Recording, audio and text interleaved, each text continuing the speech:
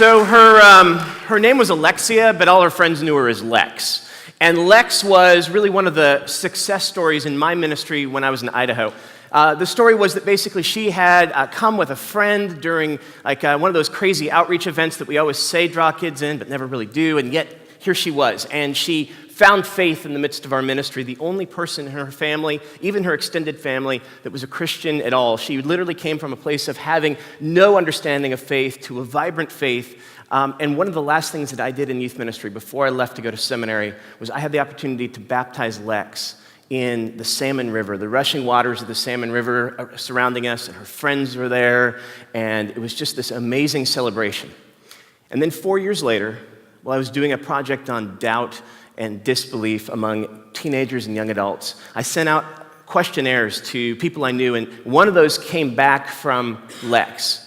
And she was in this significant place of doubt in her life. And I didn't unanticipate that in some ways. I kind of did anticipate it because she was a pretty bright kid. She, in fact, had gone off to college a year early to major, double major, in fact, in political science and philosophy. And so I'm like, okay, I know how this goes, right? She's a bright kid. She's been in a philosophy class. She's having some questions. But then I was kind of shocked to look down the questionnaire that she'd filled out for me because the list of faith practices that she had was rather staggering for somebody that I thought was in the midst of doubting her faith. She was going to church weekly as a college student, like involved in the congregation, going to potlucks even. That takes a lot of faith right there, right? She was involved in devotional Bible reading daily. She was involved in a women's Bible study on campus. She was at a Christian college, so she went to chapel 3 times a week. She was volunteering in a soup kitchen. She had this enormous body of faith practices, and she was also in this place of significant doubt. And so I'm like, of course, she has these intellectual doubts and these faith practices that she's undertaking. I know what's going on here. So I called her up, had the interview with her as part of this research project, and I was shocked what I found. I was shocked what she said to me, because she said, actually, nothing came up in philosophy class at all. It was in the midst of praying, and in the midst of going to church, and in the midst of going to chapel, and Bible study, and all these things. She said, all of those things that you think are my practices of faith are actually my practices of doubt. Because every time I do them, every time I pray, every time I go to Bible study, every time I open the scripture and I don't feel the presence of God and the peace of God that I've been told I should, it reminds me again that God is not there. I was shocked. Doubt is maybe a little different than we thought in some cases. Doubt, in fact, can be dangerous in the case of Lex, but maybe doubt can also be a grace as well, that can do something to our faith other than untangle it. See, doubt happens. We know that doubt happens. This is clear in all the research that's done. In fact, Sticky Faith, the research that was done at Fuller, found that 70% of conservative evangelical kids who were still in youth group as juniors and seniors, and you know that's a subset right there, right? 70% of those kids said, we've had significant doubts about our faith. 70% of them. And yet few of them had ever talked to anybody about their faith. In fact, I think the statistic is somewhere in the low single digits among the number of these students that had actually talked to anyone about the faith that they had. Doubt happens, and it can be dangerous, but not only does doubt happen for these kids, we know that it happens beyond that as well. In fact, Jeffrey Jensen Arnett, who wrote Emerging Adulthood, found that really anyone in their early to mid to late 20s, all the way along there, had come through or was in the process of some kind of searching out, questioning of their faith. Even those that returned to their kind of conservative roots, he said they went through this process of questioning and doubting. Doubt can be dangerous. It happens all the time. And yet, Douglas John Hall, who I think says it really well. Next slide. Douglas John Hall says, hey, one of the things that happens in the church that we do so well is we don't doubt well, but we suppress doubt very, very well. We're, in fact, experts at expelling doubt and suppressing it. Doubt is toxic. It can be dangerous, but not when it arises. Doubt's toxic, we find, when it's actually, as Kara Powell says, not expressed in a caring and loving environment. When doubt has to be internalized and cannot be externalized in a community that understands the process of doubting, what it involves, what it feels like, then doubt becomes dangerous. Then doubt ultimately becomes toxic.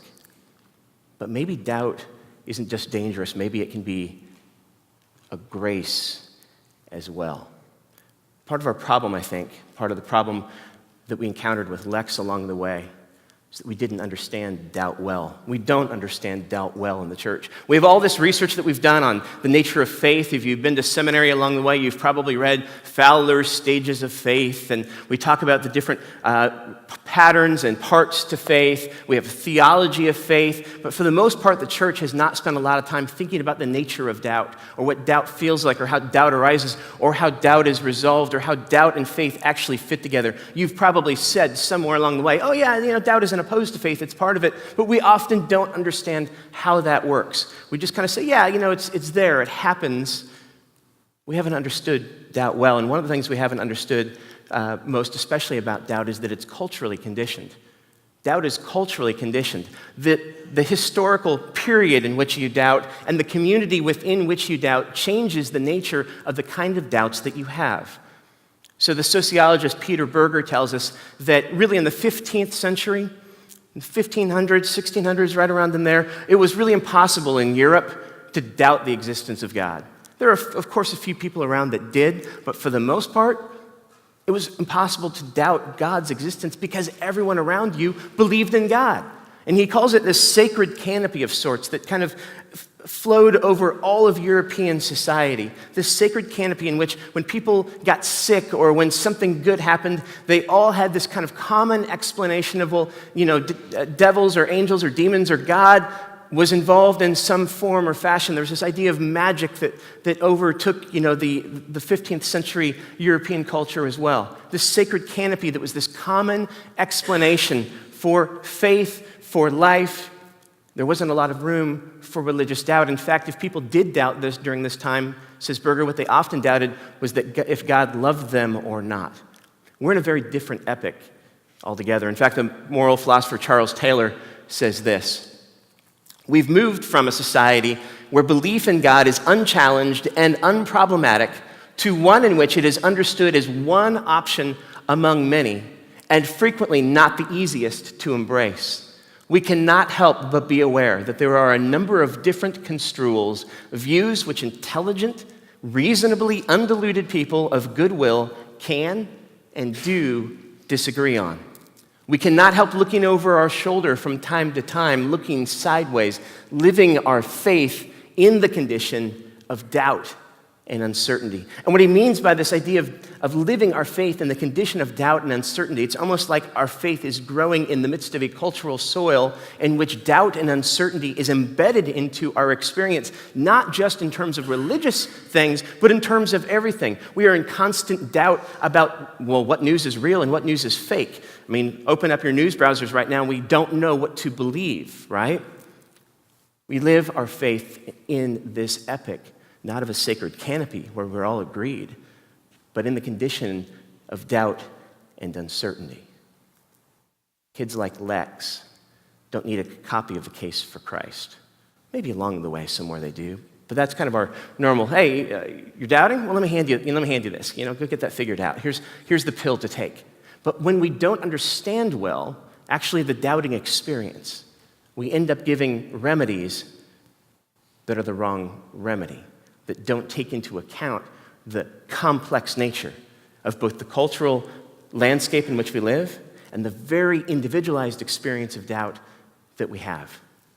There's a guy in the 16th century named St. John of the Cross who did something very unique that I think we have to reclaim. He understood that doubt was a dangerous grace. Not just that doubt was dangerous and that maybe it could be a grace, but he put those together. He understood that doubt was a dangerous grace. And here's what's interesting about what he did. He was a monk, and he watched these young monks coming into the monastery, and he just was interested in their development along the way, because what he started to notice was that 2 or 3 years into their journey of prayer and work and devotion, some of these young monks would get to a place where they could no longer feel God.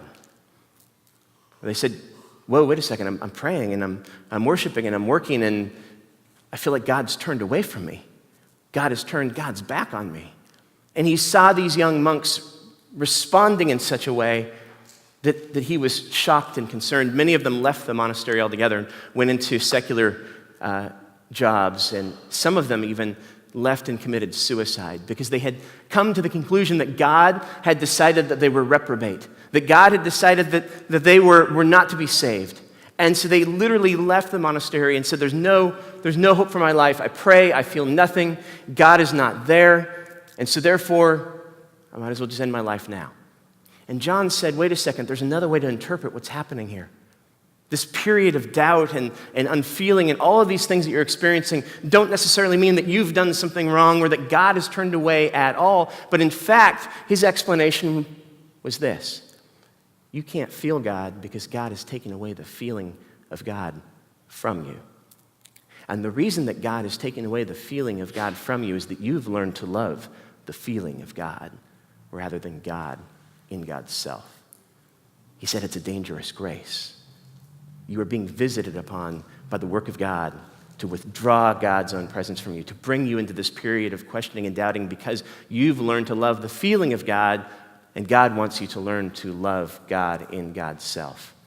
But we need an exegete, a guide, someone to walk us through that dangerous grace, because it can go one of two ways. It can either go to a place where we lose our faith altogether, or in the case of some of his young monks, losing their lives, or we can be guided well through the experience of doubt by someone who's a patient guide who understands what we might be experiencing and feeling and going through and weaves that into a place where the grace of this dangerous grace truly comes out and forms our faith and who we are.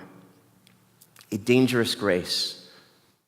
I don't think we've done very well in youth ministry at being exegetes and guides of the dangerous grace of doubt, of trying to understand well what doubt feels like, all the diversity of the experience of doubt in our culture, and yet we know that so many of our students are experiencing it, so many of us are as well, because we live our faith in the condition of doubt and uncertainty. So instead of responding as exegetes and guides, which I think we have to learn to do, some of the research that I did at Princeton found that really there were two main ways that we tend to respond to doubt in the church. And the first one was kind of the pushing away response. We see this mostly in more conservative churches, evangelical churches, but not all the time. There's kind of this, doubt's okay, but, you're really significantly questioning your faith, and maybe you just need to take that copy of Case for Christ and maybe step off the worship team for a while and maybe not be on the student council team anymore and maybe take some time away, almost as if doubt is contagious. And we kind of want to quarantine you over here because we don't want doubt to kind of seep into the rest of the student ministry. So we saw that coming up in some of the research that we did, as opposed to saying, hey, we need to be patient guides and exegetes of doubt and walk with kids individually, this kind of pushing away response. But the second thing we saw in more kind of mainline liberal churches was kind of this embrace response. You've seen this oh man, everybody doubts, it's okay. I've doubted, he's doubted, she's doubted a whole lot. Just come have some pie with us in the fellowship hall, we'll get you some coffee, it'll be okay. And the next thing you know, you have kids that are sitting there with their piece of coffee cake on Sunday mornings amidst the community that says that they all doubt, but guess what they're not talking about?